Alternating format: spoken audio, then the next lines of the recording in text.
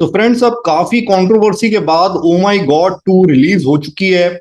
और ये अपना बिजनेस भी इतने अच्छा कर रही है, जो कॉस्ट थी उसको कवर कर ली है। और कई लोग इसको पसंद भी कर रहे हैं। तो मैं भी ये मूवी देख के आया हूँ। और मेरे को कुछ बातें तो इसकी सही लगी, अच्छी लगी, बट कुछ बातें पसंद नहीं आई। तो जहां पर मेरे को जो बात सही लगी पहले तो उसकी मैं आपसे बात करता हूँ।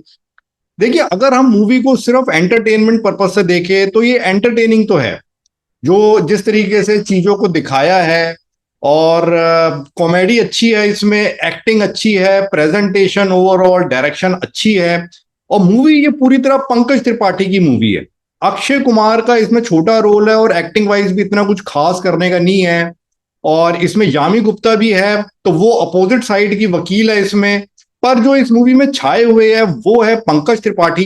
पूरी तरह वो छाए हुए, और उनको देख के मुझे इनकी जो ये सीरीज थी क्रिमिनल जस्टिस, उसकी याद आ रही थी।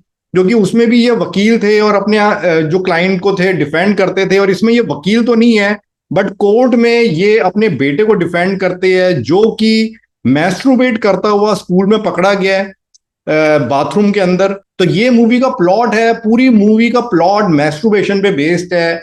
कि मैस्ट्रुबेशन और सेक्स एजुकेशन स्कूल में दी जानी चाहिए, और क्या मैस्ट्रुबेशन सही है कि नहीं।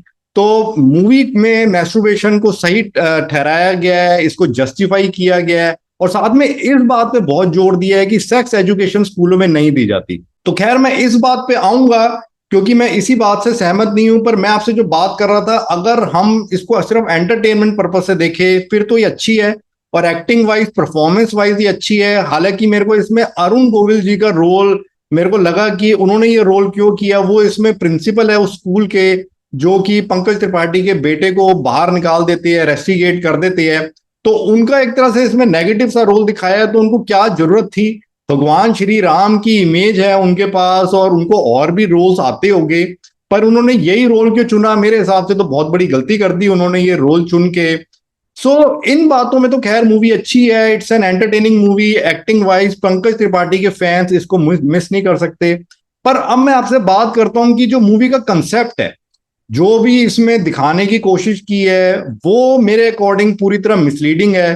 तो अगर आपको ये लगता है, मैं कईयों के इसमें जैसे कमेंट्स पढ़ रहा था, या जो मूवी देख के बाहर निकलते हैं उनके वीडियो क्लिप्स होती है जो वो अपने व्यूज देते हैं, तो उनको लगता है ये कोई थॉट प्रोवोकिंग मूवी है। तो देखिए, मुझे तो ये लगा कि अगर ज्यादा हम इसकी गहराई में जाए तो ये मूवी सिर्फ एक कचरा मूवी है, जिसको उठा के कूड़ेदान में फेंक देना चाहिए। और जो युवा वर्ग को, टीनेजर्स को, या जो युवा वर्ग अपने 20s में है, उनको सही रास्ता दिखाने का काम नहीं करती। इनफैक्ट उनको पूरी तरह मिसलीड करती है, उनको भटकाने का काम करती है। वो किस तरीके से, देखिए, सबसे पहले तो इसमें इस बात पे बड़ा जोर दिया है कि स्कूलों में सेक्स एजुकेशन नहीं दी जाती। मैं आपको यहां बताना चाहूंगा, मैं खुद टीचर हूं, प्राइवेट कोचिंग देता हूं, साइंस की प्राइवेट कोचिंग देता हूं 9th 10th क्लास को। और 10th क्लास की आप साइंस की एनसीईआरटी की बुक उठा के देखिए, उसमें चैप्टर है हाउ डू ऑर्गेनिजम्स रिप्रोड्यूस। उसमें पूरा टॉपिक है 5-6 पेजों का, रिप्रोडक्शन इन ह्यूमन बींग्स। तो जो ये बात कर रहे हैं, जो ये लोगों के दिमाग में डालने की कोशिश कर रही है कि सेक्स एजुकेशन नहीं दी जाती, वो बिल्कुल गलत है। सेक्स एजुकेशन जितनी जरूरी है दी जाती है। उस चैप्टर को आप देखिए, उस टॉपिक को देखिए, उसमें पूरा डिस्कस किया गया है। प्यूबेरिटी इन बॉयज एंड गर्ल्स किस तरीके से है, उसके बाद वो बड़े होते हैं क्या चेंजेस आते हैं, male reproductive system with diagram पूरा अच्छी तरह एक्सप्लेन किया है। टेस्टिस, पेनिस, सबके रोल, सब सारे हार्मोन्स के फंक्शन, इसी तरह फीमेल रिप्रोडक्टिव सिस्टम पूरा डायग्राम के साथ, ओवरी, यूट्रस, सब दिखा के पूरा एक्सप्लेन किया गया है। उसके बाद फीमेल्स में मेंस्ट्रुएशन साइकिल, उसको भी पूरा एक्सप्लेन किया गया है। बच्चा कैसे होता है, फर्टिलाइजेशन कैसे होती है स्पर्म एग की, उसका भी पूरा है। फिर बच्चा पेट में बड़ा कैसे होता है 9 महीने, उसकी भी पूरा प्रोसेस एक्सप्लेन किया गया है। और उसके जो सेक्सुअल डिजीजेस हो जाती है उसके बारे में भी डिस्कस किया है। तो ये सब मैं आपको इसलिए बता रहा हूं कि पूरी मूवी इसी पे बेस्ड है। और मिसलीड करने की कोशिश की गई है। क्लास 10th में एनसीईआरटी जो पूरे सीबीएसई अप्रूव्ड है, और पूरे आपके स्कूलों में पूरे ऑल ओवर इंडिया पढ़ाई जाती है, तो उसमें सेक्स एजुकेशन दी जाती है। मैं खुद भी देता हूं। जो भी बॉयज एंड गर्ल्स दोनों मेरे से पढ़ते हैं, तो मैं उनको ये चैप्टर पूरा प्रॉपरली पढ़ाता हूँ, जो उनके डाउट्स होते हैं क्लियर करता हूँ।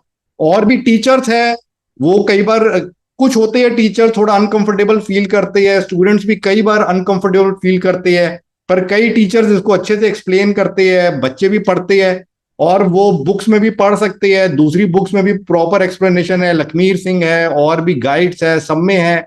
इनफैक्ट क्लास 8th में भी ये चीज शुरू हो जाती है, सेक्स एजुकेशन की, जो मेल और फीमेल रिप्रोडक्टिव सिस्टम्स है उसको एक्सप्लेनेशन क्लास 8th की साइंस की बुक में भी है।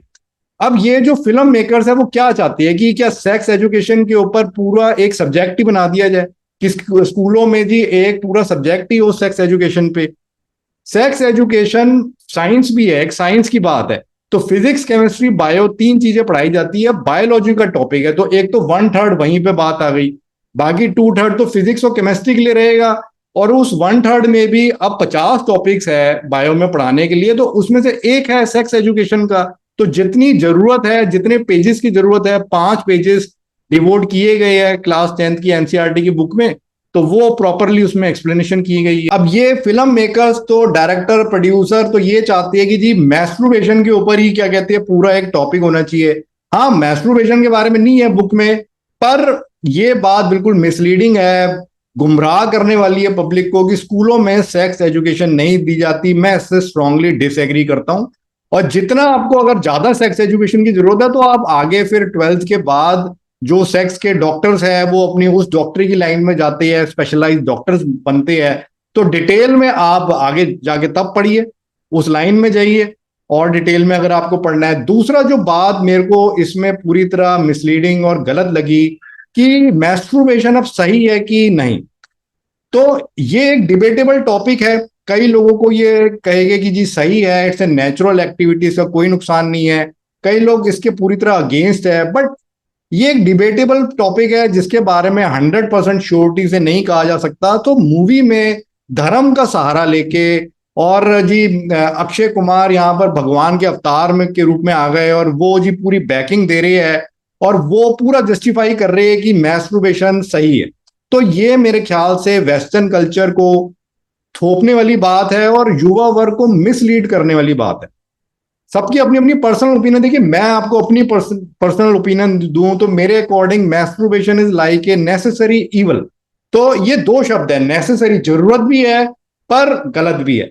तो मैं अब इसकी डिटेल में नहीं जाना चाहता कि भाई गलत कैसे है पर जरूरत भी है। तो अब इन दो चीजों को मिक्स किया जाए तो मीन्स कि आप ये फुल लिबर्टी नहीं दे सकते, इस तरह से दिखा के मिसलीड नहीं कर सकते कि जी ये बिल्कुल हार्मलेस है, बिल्कुल सही है। तो ऐसे तो जो टीनेजर्स है, युवा वर्ग है, जिनको ढंग से नहीं पता, नॉलेज नहीं है, तो वो तो रोज रोज ही करने बैठ जाएगी।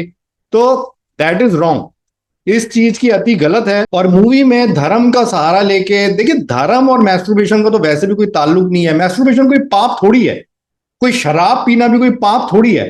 अब वो आपके ऊपर है, एक पर्सनल चॉइस है, आपकी हेल्थ है कि आपको क्या समझ आता है कि जी शराब पीना कितना सही है कितना गलत है, इसी तरह मैस्टरबेशन कितना सही है कितना गलत है। सो ये कोई पाप नहीं है, इट इज नॉट ए सिन। पर ऐसा मूवी में भी जो अपोजिट साइड की वकील यहाँ पे है यामी गुप्ता, तो उसने भी कहीं नहीं कहा कि ये कोई पाप है, पर धर्म का सहारा लेके कोई उसको पाप कहे वो गलत है, और जो उसको फिर सही कहे जो इस मूवी में दिखाने की कोशिश की है तो वो भी गलत है। फ्रेंड्स, ओवरऑल मेरे कहने का ये मतलब है कि अगर आप इस मूवी को सिर्फ एंटरटेनमेंट पर्पज से देखें फिर तो ये मूवी एक वन टाइम वॉच है, आप देख सकते हैं। कॉमेडी है इसमें अच्छी है, एक्टिंग अच्छी है, परफॉर्मेंसेस अच्छी है और आपको बांधे रखने में सफल होती है। बट अगर आप ये सोचे ये कोई थॉट प्रोवोकिंग मूवी है, इसकी गहराई में जाके हमें कुछ अच्छा सीखने को मिलेगा, और अगर आप इससे कुछ अच्छा आपको लगता है कि आप सीख रहे हैं, तो मैं यही कहूंगा कि आप मिसलीड हो रही है। इसमें जो भी अगर कुछ सिखाने सीख रहे हैं आप, तो दैट इज रॉन्ग, तो वहां पर ये मूवी गलत है। सो ओवरऑल मैं इस मूवी को ज्यादा रेटिंग्स नहीं दूंगा। मैं बॉलीवुड की मूवीज को आमतौर पे मैं न्यूट्रल तरीके से ही उनको जज करता हूं, और आप पहले भी देखें तो कई बॉलीवुड मूवीज की मैंने तारीफ की हुई है अगेंस्ट द पब्लिक, शायद नहीं पसंद आई पब्लिक को, बट ये मूवी अकॉर्डिंग टू मी ये मिसलीडिंग सी मूवी है और मैं इसको ज्यादा रेटिंग्स नहीं दूंगा। I will give it only 2 out of 5। और ये 2 मार्क्स मैं पंकज त्रिपाठी की परफॉर्मेंस के लिए दे रहा हूं, और इसमें जो कॉमेडी है और जो डायरेक्शन, जो भी अगर हम इसको एंटरटेनमेंट पॉइंट से देखें तो उस एंगल से ये अच्छी है। उसके लिए मैं इसको 2 आउट ऑफ 5 रेटिंग दे रहा हूँ। सो अगर आप देखना चाहें तो देख सकते हैं, एक one time watch time pass movie के तौर पे आप इसको देख सकते हैं, बट कोई मीनिंगफुल मूवी ये बिल्कुल नहीं है।